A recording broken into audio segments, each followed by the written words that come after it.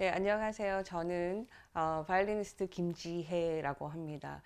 원래 저는 바이올린을 전공을 했고 주로 하는 일이 바이올린 연주인데 그렇게 연주회를 하면서 만났던 많은 예술가들과 함께 공연 기획 또 문화 기획을 한 10여 년간 했습니다. 그래서 가장 그런 종류의 공연 기획을 하는 팀은 다원예술그룹 원네스라는 팀이고 거기서 여러 가지 공연과 문화적인 기획을 많은 분들과 함께 하고 있습니다. 문화 기획이라는 단어 자체가 굉장히 거창하게 들릴 수는 있습니다. 근데 뭐 이게 쉬운 일은 아니에요. 그러나 또 특별히 전문적인 어떤 경험이나 꼭 그런 어떤 교육 과정을 거쳐야만 할 수 있는 그런 일도 아니고 내가 정말 즐거워하는 일을 찾아가면서 문화의 어떤 향유랄까 그 문화가 가지고 있는 힘과 가치를 이해하시는 분이라면 누구나 할 수 있는 그런 일이라고 생각을 합니다. 저는 문화 기획을 이렇게 시작을 할 때 내가 가장 좋아하는 일이 무엇인가를 좀 생각을 많이 했었습니다. 나를 가장 기쁘게 하는 거, 그리고 내가 가장 설렜던 것, 그리고 내가 놀았을 때, 친구들과 즐겁게 놀았을 때 어떤 게 나를 가장 기쁘게 했었을까? 이제 그런 것들을 생각을 하면 그런 걸 좀 돌아보면 거기에 답이 있을 것 같아요. 저는 예를 들어서 내가 정말 잘 모르는 어떤 분야에 대해서 알아가는 걸 좋아하는 편입니다. 어떤 그 같은 현상을 봤을 때 그것을 전혀 다른 그 관점으로 보고 또 해석하는 그런 다양한 의견을 듣는 걸 좋아하기 때문에 사람들을 만나고 특히나 나와는 다른 직업군에 있는 사람들을 만나는 걸 좋아하는 거죠. 그래서 그런 분들과 대화를 하다 보면 시야도 넓어지고 다른 해석이 있고 다른 세상이 있고 내가 알고 있는 것이 전부가 아니라는 거 그런 것들을 깨닫는 그렇게 발전해가는 것 같은 그런 경험이 있어서 몇 년 전에 독서 모임을 그래서 좀 만들어 봤습니다. 음악가도 있고 작곡가, 뭐 초등학교 교사, 대학생, 갤러리 큐레이터 뭐 이렇게 다양한 연령대도 다양하고 직업도 다양한 사람들 그리고 제 그 주변에서 저와 그런 그 성향이 비슷한 분들 그런 분들과 함께 독서 모임을 했었는데 매달 한 권의 책을 각자가 챕터를 나눠서 읽어보는 거예요. 그리고 모여서 자기가 봤던 챕터를 소개하기도 하고 또 자신의 이야기를 나누기도 하고 그러면서 다른 사람이 일하고 있는 현장의 뭐 생생한 경험담 이런 것도 듣게 되고 그 외에 어떤 뭐 역사 그리고 사회적인 이슈 그리고 뭐 그 예술도 저는 음악이 전공이기 때문에 다른 분야의 예술의 어떤 내용도 훨씬 많이 알게 되는 그런 즐거운 경험이었습니다. 저 같은 경우는 이렇게 이제 독서 모임을 했었고, 문화 기획의 인프라가 좀 부족한 그런 지역에서 어떤 그 문화 기획의 일을 시작해 보고 싶으시다면 우선은 아주 소수라도 단 2명이라도 이 분야에 관심이 있는 분들이 함께 지속 가능한 커뮤니티를 형성하는 게 굉장히 중요하다고 생각을 해요. 그래서 뭐 예를 들면 일주일에 한 끼를 같이 먹기라든지 아니면 뭐 그 주민분들 중에서 요리를 잘하시는 분이 있다면 뭐 그분에게 요리를 배워본다든지 뭐 지역의 어떤 특산물을 맛본다든지 지역의 맛집을 이렇게 탐방하면서 다른 지역 사람들에게 다른 분들에게도 소개하는 뭐 그런 방식의 어떤 커뮤니티도 괜찮을 것 같아요. 쉽게 접근할 수 있고 그리고 또 어떤 행사를 하기 전에 지역 주민들과 가까워지는 방법을 꼭 찾아보시길 권합니다. 그러니까 결국은 주민분들이 마음을 열어줘야 열어주셔야 어떤 그 문화 기획이 성공할 수 있다고 생각을 합니다. 문화라는 거는 그 어떤 사회의 구성원들이 공통적으로 추구하는 지식이나 가치관, 도덕, 뭐 관습 이런 다양한 요소들이 녹아 있고 그것이 표출되는 것이겠죠. 그리고 문화 기획은 다양한 예술과 문화 활동을 통해서 여기서 가장 중요한 것은 참여자들의 어떤 연대감 이것을 확장시키는 것, 이게 중요하다고 생각을 하고, 그래서 그 가운데서 어떤 사회적인 가치와 의미를 창출하는 그런 과정이 아닐까 싶습니다. 저는 2014년부터 근대시대 예술가 시리즈를 기획하고 또 공연, 전시, 그리고 시민들과 함께하는 협력 프로젝트 이런 것들을 좀 다양한 이벤트를 만들어 왔습니다. 근대시대는 대구의 어떤 예술의 황금기라고 불렸던 그런 시기였어요. 뭐 이상화, 현진건, 백기만, 그리고 뭐 이인성 이렇게 뭐 이름을 다 나열할 수 없을 정도로 많은 훌륭한 예술가들이 활동하던 시기였는데 그 당시 활동하던 그 예술가들이 어떤 독립을 향한 자유를 향한 그런 이제 갈망과 함께 그 당시에 시민들에게 예술 교육 뭐 어떤 그 예술 교육도 하면서 많은 어떤 중요한 가치를 가르쳐 주면서 시민들과 함께 또 그 만세 운동을 준비하기도 했었고 그런 그 다양한 활동을 했었죠.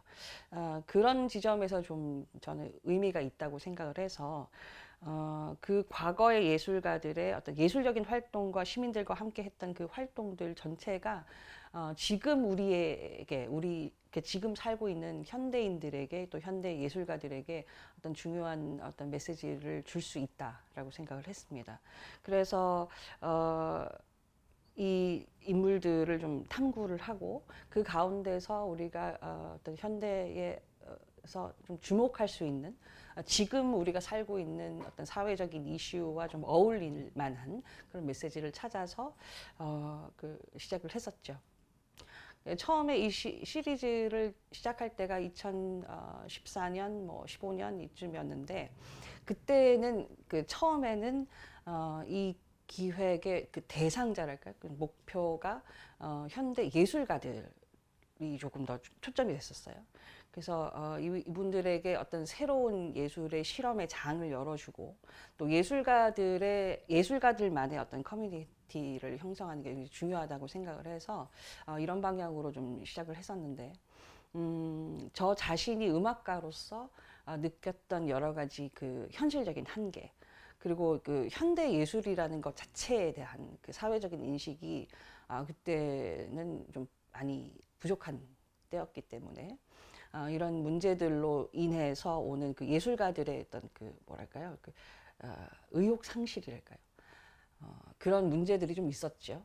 그래서 이런 것들이 나만의 문제도 아니고 많은 현장의 예술가들이 공통적으로 그 느끼고 있던 어떤 문제 의식이었기 때문에 이런 것들을 해소할 수 있는 방법이 뭘까를 고민하면서 시작을 했던 겁니다. 앞에서도 제가 말씀을 드렸듯이 어떤 그 기획의 출발은 결국은 나 자신이어야 한다고 봐요. 그 내가 겪고 있는 문제를 어떻게 해결할까 여기에 관심을 둔다면 당연히 지속적으로 어떤 그 동기부여가 될 것이고 이러한 의미에 같이 동감하고 동참할 수 있는 그런 커뮤니티를 형성하는 것이 그래서 중요하다는 거죠.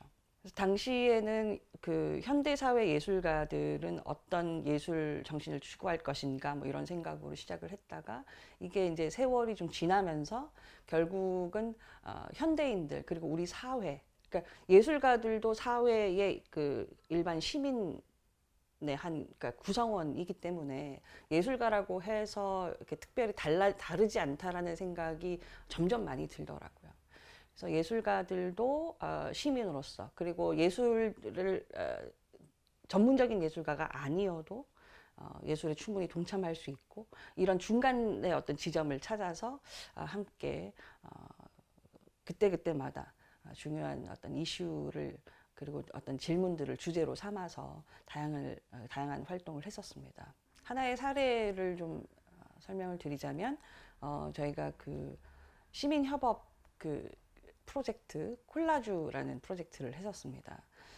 이거는 그때 시민들이 자신이 관심 있어 하는 어떤 주제의 텍스트를 갖고 있는 뭐 잡지라든지 아니면 뭐 그 신문이라든지 그런 자료들을 가지고 와서 자신이 이것을 왜 선택했는지도 나눠 이야기해보고 그 내용에 대해서 다른 사람들과 의견도 나눠보고, 근데 그러한 자료들을 또 뭐 자르기도 하고 붙이기도 하고 옆에 뭐 다 다른 뭐 색종이 같은 걸 붙이기도 해서 하나의 이제 전체적인 콜라주를 만들었던 이제 그런 워크샵 형태의 그런 작업이었는데, 이거는 그 결과물은 나중에 저희가 공연을 할 때 공연의 어떤 무대 그 설치로 또 같이 이렇게 무대 한 자리에서 저희와 함께 했기 때문에 훨씬 더 의미가 있었던 그런 작업인 것 같습니다. 문화기획에서 가장 중요한 것은 결국은 아이디어겠죠.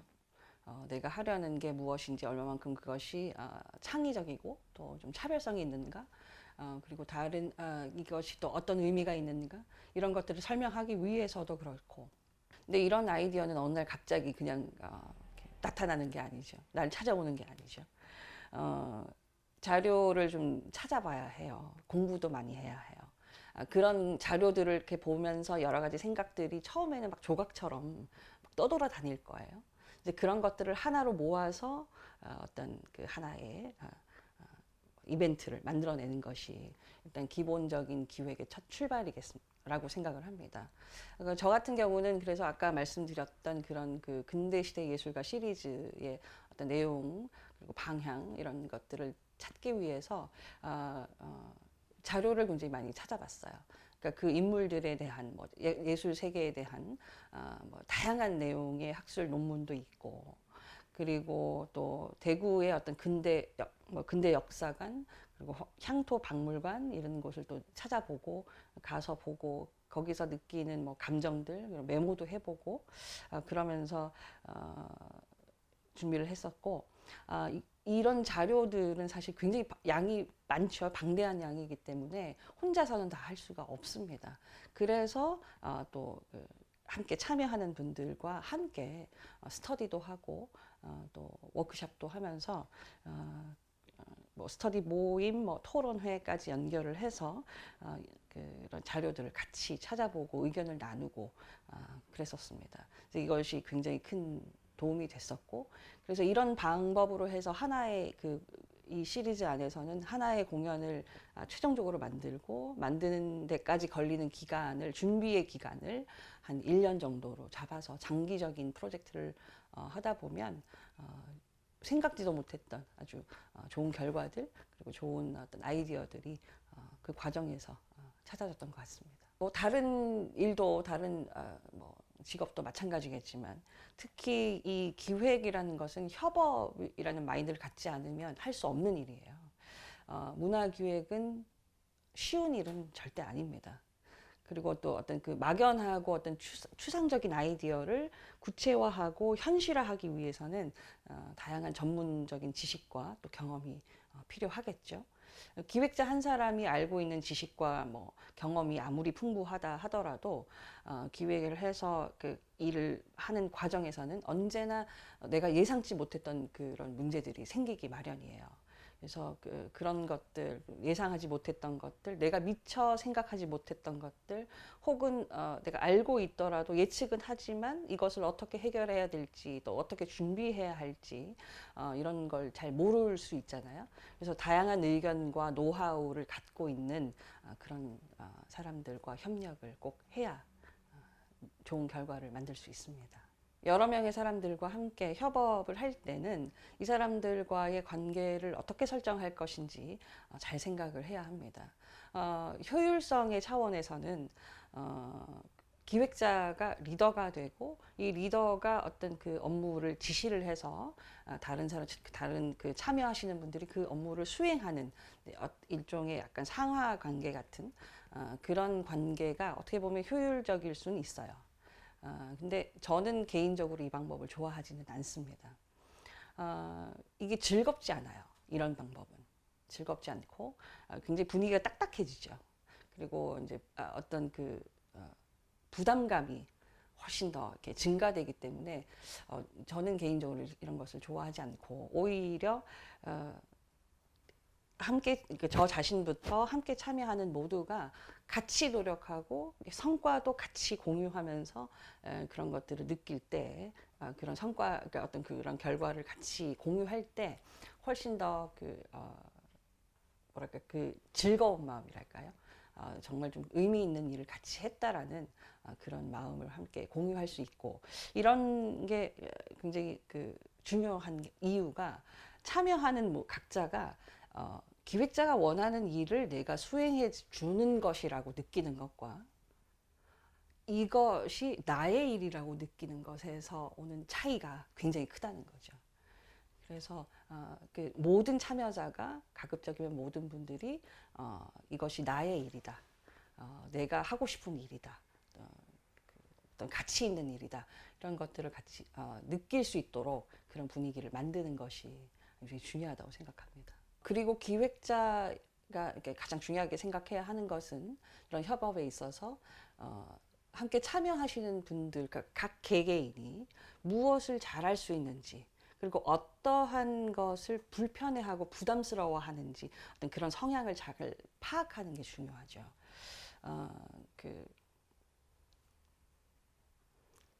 이런 과정에서 분명히 이제 갈등이 있을 수가 있어요. 그리고 그 상대가 불편해할까봐, 부담스러워할까봐, 혹은 이 전체적인 이 관계를 흐트러뜨릴까봐 그러니까 자신이 불편해하고 어떤 부담을 느끼는 것을 잘 말하지 못하는 경우가 굉장히 많습니다. 특히 한국 사회는 그렇죠. 그래서 그런 것들을 기획자가 조금 더 빨리 캐치하고 그런 것들을 중간에서 조절을 잘 하는 것이 중요해요. 그래서 참여하는 사람들의 성향을 잘 보고 이 사람이 원하는 게 뭔지 이런 걸 잘 살피는 일종의 배려심이기도 하겠죠. 그런 것들이 기획자에게는 매우 중요한 덕목이라고 생각합니다. 기획자는 결국 그 좋은 결과, 좋은 성과를 만들어낼 수 있을까라는 그 불안, 긴장, 어떤 책임감, 그런 압박을 많이 느낍니다. 느낄 수밖에 없습니다. 하지만 이런 과정에서 더 많은 의미를 찾기 시작하면, 예를 들어서 저 같은 경우는 이런 과정에서 나 자신이 발전하고 또 성장하고 함께 참여하는 분도 저와 같이 그렇게 성장한다고 믿는 편입니다. 그리고 실제로 그런 과정을 지날 때 결과물이 훨씬 좋았던 그런 경우가 많았습니다. 좋은 결과를 원한다, 좋은 그 성과를 원하는 것은 당연하죠.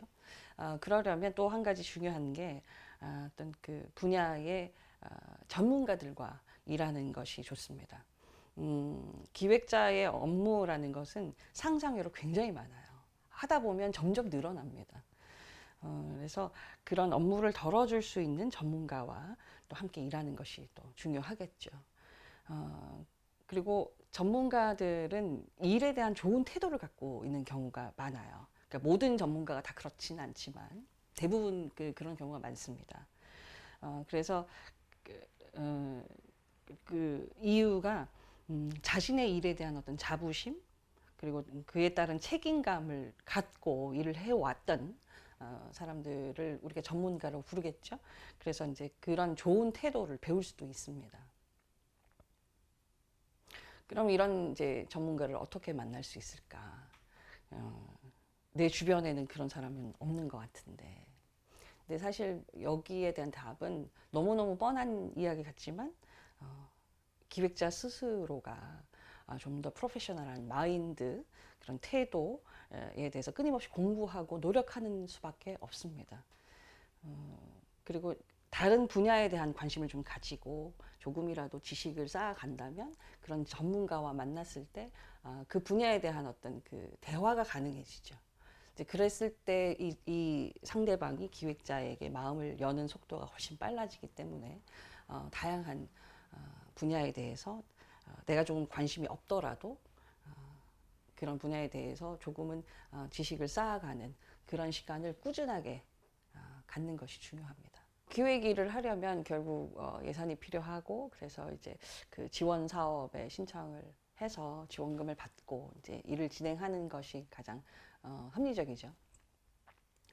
저 같은 경우는 주로 예술 분야의 활동을 하기 때문에 대구문화예술진흥원, 아니면 뭐 한국문화예술위원회 지원 사업, 또 예술 경영 사이트 뭐 이런 곳을 자주 또 들어가서 보고 그 안에서 좋은 지원 사업이 있는지 또 뭐 어떻게 준비해야 하는지를 좀 살펴보는 편입니다. 또 뭐 꼭 이게 아니어도 제가 몇 가지 추천해드리고 싶은 사이트가 있어요. 예를 들면 신사업 창업 사관학교라는 게 있어요. 이거는 그 중소벤처기업부에서 주관을 하는데 창업 초기의 단계에 어떤 사업 아이디어를 구체화하고 시장에서 성공할 수 있도록 또 진입할 수 있도록 그렇게 도와주는 그런 사업입니다. 뭐 경영이나 마케팅, 재무 이런 분야에 대한 교육도 있고, 그리고 그 사업화 자금 지원, 그리고 뭐 사무실 공간이랄지 뭐 이런 필요한 뭐 시설도 제공을 하고, 그리고 또 어떤 그 필요한 네트워킹도 지원을 하고, 그래서 문화 기획을 경험을 쌓은 후에 작은 규모라도 이런 분야에 어떤 창업을 하고 싶으신 분이라면 그런 그 목표를 갖고 계신 분이라면 도움이 될 것 같고, 꼭 그게 아니어도 좀 찾아보시면 문화 전반, 문화 예술 전반의 어떤 창업을 하시는 분들의 사례들도 꽤 많이 있어요. 그래서 그런 사례들을 또 이렇게 좀 찾아보시는데도 도움이 될 것 같습니다. 그리고 로컬 크리에이터 육성 사업이 있어요. 로컬 크리에이터는 어떤 그 특정 지역의 문화나 역사, 환경, 그런 그 지역적인 특성을 기반으로 해서 창의적인 작업을 하는 개인이나 단체를 의미합니다. 지역의 정체성과 가치를 발굴하고 지역의 문화적인 자산을 활용해서 컨텐츠를 제작하는 그런 일이죠. 그래서 지역 문화의 가치를 높이고 커뮤니티를 형성하는 역할을 하는 거라서 문화 기획에 관심 있는 분들은 잘 준비해서 도전해 보시는 것도 좋을 것 같아요. 지원 사업 계획서를 잘 쓰는 방법은 사실 그 유튜브에 그 지원 사업 계획서 작성 방법 이렇게 검색하시면 정말 유용한 정보들이 많아요. 그래서 시간을 좀 두고 천천히 여러 영상을 좀 찾아보시면 제가 말씀드리는 것보다 훨씬 더 좋은 내용들이 있을 것 같고, 근데 이제 그것을 바탕으로 해서 기획서를 많이 써보는 것을 저는 추천을 좀 드리고 싶어요. 그러니까 지금 당장 내가 어떤 신청을 해서 지원 사업을 시작하겠다가 아니어도 미리 그 연습하는 것처럼 이렇게 많이 써보는 방법이 좋겠죠. 그리고 저는 또 이렇게 계획서를 쓸 때 가급적이면 장황하게 쓰지 않으려고 노력을 합니다. 그 내 사업에 대한 설명을 뭐 이렇게 많이 하고 싶겠지만 그것을 그 안에서 핵심만 요약해서 쓰는 게 굉장히 중요하겠죠. 그리고 이제 항상 계획서를 작성하고 나면 이 계획서를 읽는 사람의 입장에서 이것을 다시 한번 봅니다. 그 지원 사업을 결정하는 사람의 입장에서 필요한 정보가 무엇인지 다시 확인을 해보고 또 내가 만약에 심사를 하는 사람이라고 하면 이 기획서를 보고 지원금을 주는 것이 타당하다고 느낄까? 그런 그 질문들을 해보면서 계속 또 다시 수정하고 보완하고 하는 편입니다. 저는 뭐 오랫동안 지원 사업에 신청을 많이 했는데 뭐 선정이 되기도 하고, 근데 사실 탈락하는 경우가 훨씬 많습니다.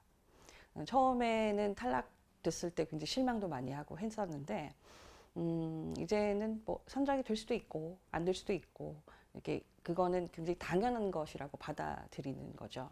나보다 훨씬 더 많은 그 좋은 아이디어와 능력을 가진 기획자는 언제나 너무나 많다라는 사실을 좀 생각을 하다 보니 그랬던 것 같고, 그리고 또 그 지원 사업을 주관하는 기관에서 원하는 어떤 그 목표나 가치가 있잖아요. 그것과 내가 생각하는 그 어떤 그 이 기획의 방향이 안 맞을 수도 있어요.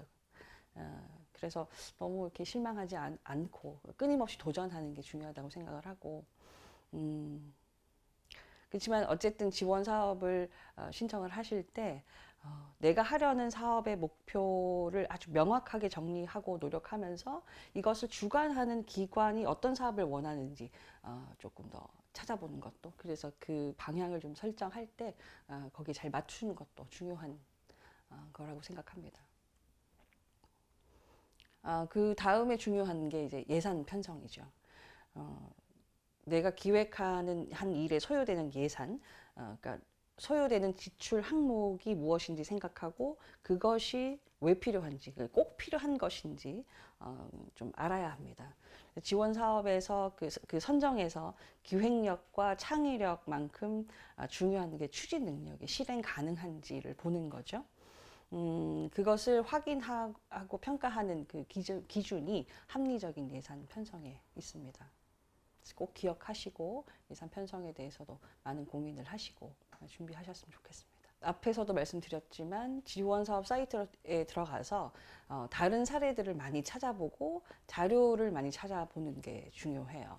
결국 지원 사업에 선정될 때는 남들과 좀 다른 차별성, 아이디어의 창의성 이런 것들이 중요하기 때문에 일종의 시장 조사처럼 생각하고 다른 기획자들은 어떤 활동을 하는지 좀 찾아보고 그 안에서 내가 할 수 있는 것 그리고 내가 하고 싶은 것 이런 것들을 찾아야 한다고 봅니다. 다른 업종도 마찬가지겠지만 기획자는 정말 많은 자료를 보고 또 보고 성실하게 공부를 해야만 할 수 있는 일입니다.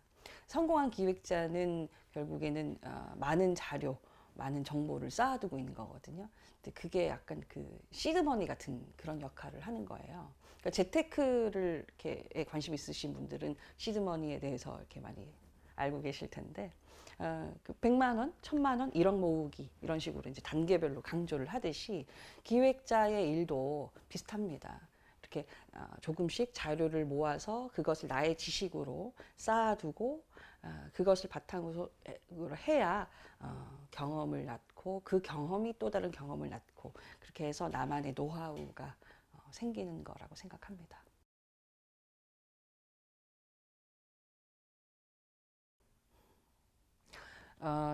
제가 처음 활동을 시작할 때 대구는 지금보다 훨씬 더 문화적인 요소들이 다양하지 않았습니다. 그러니까 대구는 문화예술 이 계열의 인프라가 굉장히 많은 곳이기도 하지만 대신에 다양성이 좀 없었어요. 그래서 조금 더 내가 하고 싶은 거, 남들이 하지 않는 것, 그런 것을 도전해서 만들어내는 걸 저는 좋아하기 때문에 그런 가능성이 훨씬 더 크다고 생각했어요. 그래서 대구에서 시작을 했고, 네, 그렇습니다.